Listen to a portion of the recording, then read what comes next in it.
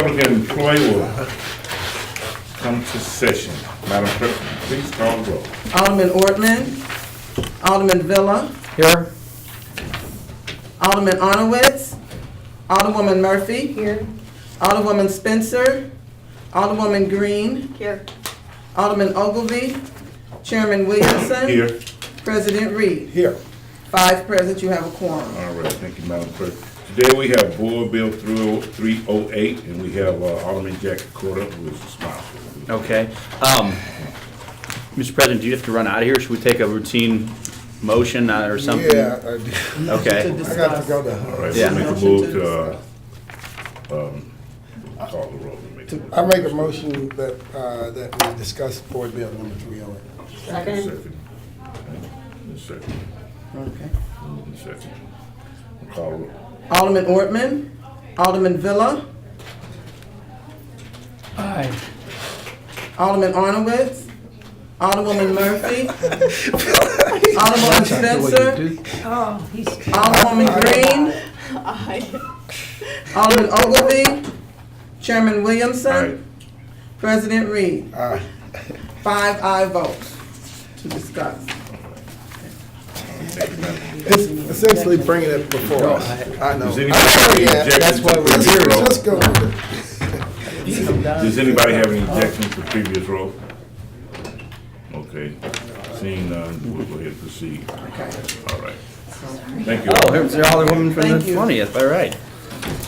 All right, thank you, Mr. Chairman, members of the committee. Board Bill 308 is a board bill that would basically add the sergeants of the St. Louis Metropolitan Police Department to the exclusive bargaining representative organization, which is the St. Louis Police Officers Association. Basically, they had, and we can bring up Rich Frank, our personnel director, and Neil Bruntrager, a lawyer for the POA, who worked together on this. This has been signed off on by the city and the city councilor's office as well.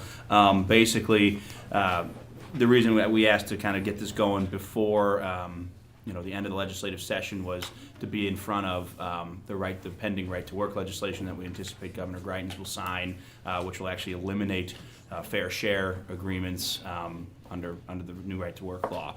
So I don't know if you want to hear from them. I know Neil and Rich can both speak more to the intricacies of this and how this came about. That'd be up to you, Mr. Chairman. Yes, I would like to hear from Okay. Director Personnel. I'm sure you can explain to us. Good morning and thank you for coming. Good morning. Thank you for the opportunity to address the honorable members of the committee. The police sergeants were represented by the St. Louis Police Leadership Organization. There was a motion to decertify them. We held an election in the Department of Personnel, and we certified that the SLPOA is now the exclusive bargaining representative for the sergeants, the vast majority of the 200-plus sergeants. What we have wanted to do was to work with the union in facilitating a fair share agreement.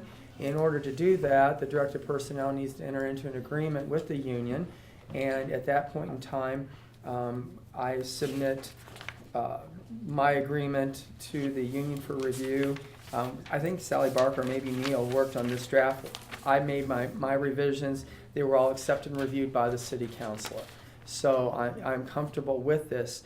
And our role in personnel is to actually implement this if it's approved by the board. The board needs, to actually enact this enabling legislation in order to have fair share. Fair share, really quickly, is important for people in the unions because the unions have a legal responsibility to represent all the members in their bargaining unit, regardless of whether or not they choose to pay the union fees, the membership fees. So it is an important thing for the unions because of that obligation. And I have no concerns about the legislation itself. As I said, I've reviewed it. Mike Garvin has reviewed it. I think it's well drafted. If this is passed, the next step will be for the union to send out a notice to all the sergeants that they will be subject to fair share if they are not members. I have looked at that notice. Sally drafted that. It's called a Hudson notice. It's extremely well done. I had no suggestions about that. And then I coordinate with the Civil Service Commission. Any employee who has a question about the amount of the dues has a right within 30 days to appeal to the commission and have a hearing. I can tell you in 13 years that's happened one time is all. So I don't anticipate any problems with it. It does, serve a very vital interest for the unions, and without belaboring it, I will certainly respond to any specific questions that the honorable members of the committee might have. Okay, very good, thank you. All right, we'll go down the line and see if any aldermen, women and men have any questions. Alderman Horowitz.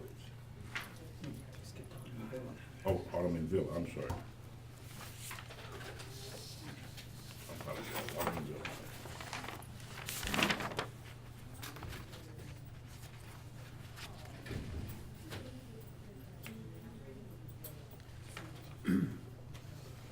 Richard, is this unprecedented in what we're doing? It is not. The city currently has four enabling ordinances for fair share. IBW Local 1, IBW Local 4, plumbers and pipe fitters, and AFSCME. Out of those four groups, only AFSCME has chosen to go forward with the actual fair share agreement. They may lose that fair share because they have not complied with our requirements that they submit an annual listing of how the dues are calculated. And I've put them on notice and given them a little extra time because they're going through some. You say they have not complied. They have not complied, and so I put them on notice.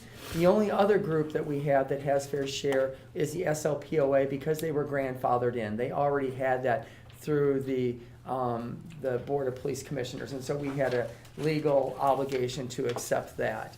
And so it is not unprecedented, but currently only AFSCME outside of SLPOA have chosen to actually implement this.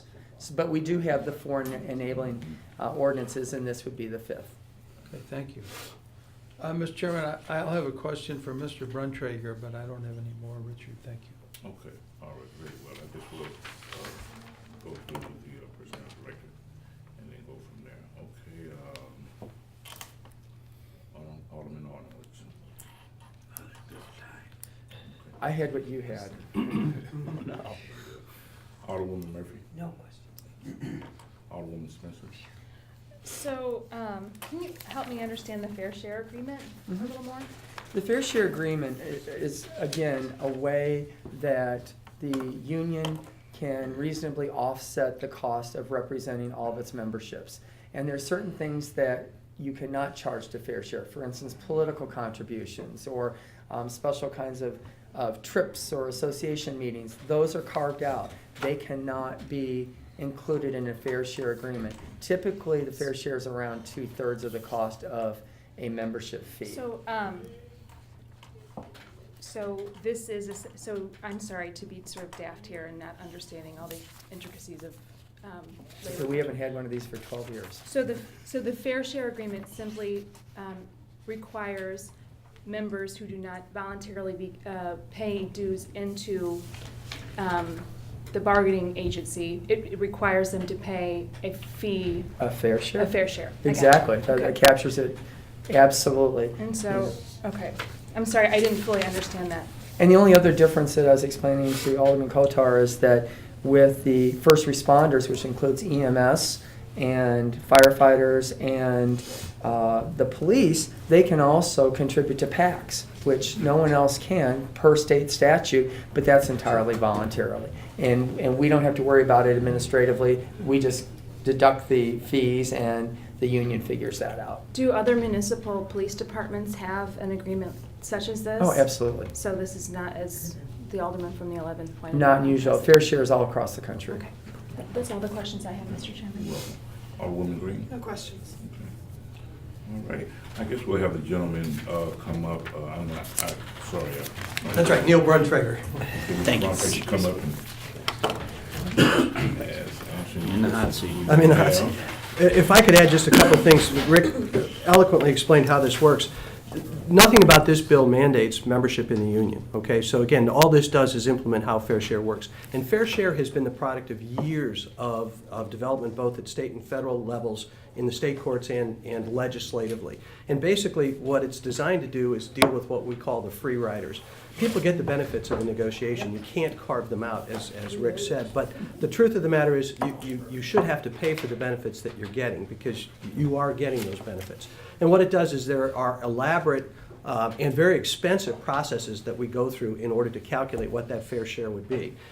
We don't mandate that you have to be a part of it, and there are some folks for religious reasons who don't want to have anything to do with the union one way or another. There's a provision in this that basically says, if you don't want to do any of this, then you can contribute to backstoppers and groups like that. So all of those things are in play in order to make sure that people are good. The primary purpose of this, though, is because the fair share calculations are so complex. In my opinion, the primary purpose is what I would call risk shifting.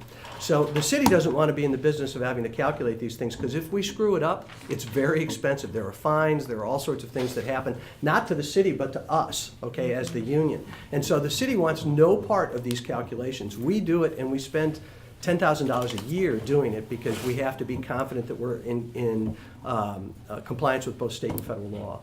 So again, most of what you're seeing here in terms of all the indemnification promises and all of the shifting here is basically saying, look, if you want to do it union, you can, because state and federal law says you can, but we don't want the responsibility for it. It's ours. So, if you have a police officer or sergeant that decides, hey, look, I really don't want to join the union. They don't have to. Okay. So is the fair share still take place? Does the deduction still come out of their check? Not for dues, but their fair share comes out, okay? Because they're getting the benefit of the bargain. And remember, in the certification process, that's one place they have a voice as to whether there's a union at all. But again, nothing mandates, and nothing about this bill mandates union membership. All it says is that you'll pay your fair share of the costs of representation. Excuse me, may I do it? I just want to say that, to add to what Neil said, he is correct. That's why I said ASME has not been able to even come up with these calculations, so they're in trouble with me and with us. But the other process that Neil talked about is that if the membership feels strongly against fair share, they have a right, just like they certify, they can also decertify, meaning that they can get rid of the union entirely. That did happen with SEIU. And so there is that possibility that if the workers felt strongly against fair share, which they have not in the police division, there is a mechanism for them to get out of fair share entirely. And that's set out in 308. So again, there's notices and there's all sorts of things that are in there for people who, for some reason, don't like it and want to voice their opinions against it. They have the ability to do that, and they have recourse. Great. We appreciate that. All right. Alderman Bill. So, we have defined fair share. Is it in here anywhere?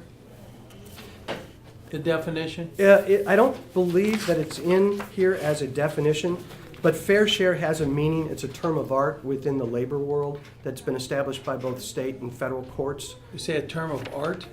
It's a term of law, but it's a definition that has a specific meaning. And when we use the phrase fair share, there are other things that you could talk about. You could talk about agency fees, and they're also called shop fees or Beck fees. But again, all of them have the same meaning. What they talk about is calculating the cost of representation. But that's not determined by this bill. That's determined by state and federal law. And there are specific rules as to how you do that. So you wouldn't establish that by this bill, Mr. Bill. That would be according to state and federal law. I just wanted to call to the board. Excuse me, go through him, not Chairman. I'm sorry. Pardon me, Alderman Williamson? Yes, I'm sorry. Pardon me, I'd just like to call the board's attention. There is a definition in Ordinance 62234, Section 9, Part B, and it defines fair share. So the board already has enacted a very long-standing collective bargaining ordinance, 62234. I can certainly leave this for you if you'd like. Section 9, which talks about fair share and gives the definition. Thanks, Rick. Thank you. Yeah, I wouldn't necessarily, I would rather do my own interpretation of what fair share is, and if you take the two words, Right. it No, I just understand. makes, Alderwoman Spencer did a good job of bringing that out. Mr. Bruntrager, I'm assuming that the Senate amendment that grandfathered existing union contracts in is part of the bill that's on the governor's desk? Well, I don't believe that it's actually, I've read that bill. I don't believe it's actually stated in there, but because it's not stated one way or another, it would be grandfathered. Does that make sense?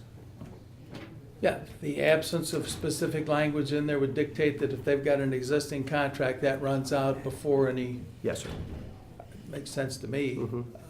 I just didn't know, I thought that was a fight between the House and the Senate. Well, it has been, and what's gone to his desk apparently would allow the existing agreements to continue to exist. They don't try to nullify those agreements.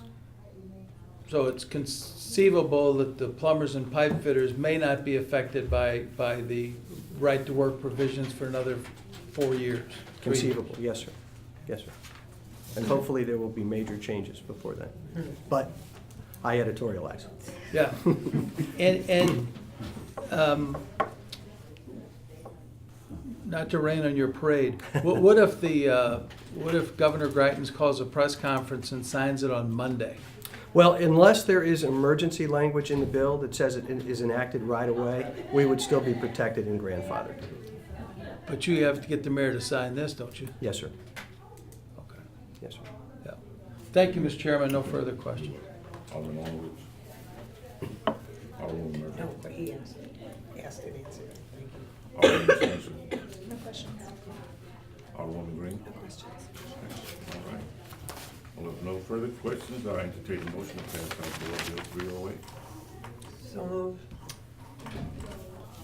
Second. Second by Alderman Arnowitz. Madam Clerk, please call roll. Alderman Ortman, Alderman Villa, Aye. Alderman Arnowitz, Alderwoman Murphy, Alderwoman Spencer, Aye. Alderwoman Green, Aye. Alderman Ogilvy, Chairman Williamson. Aye. 6 aye votes do pass. All right, Board Bill 308 has been passed out with due pass recommendation. Thank you, Mr. Chairman, members of the committee. Thank you, for doing this on short notice. Appreciate it.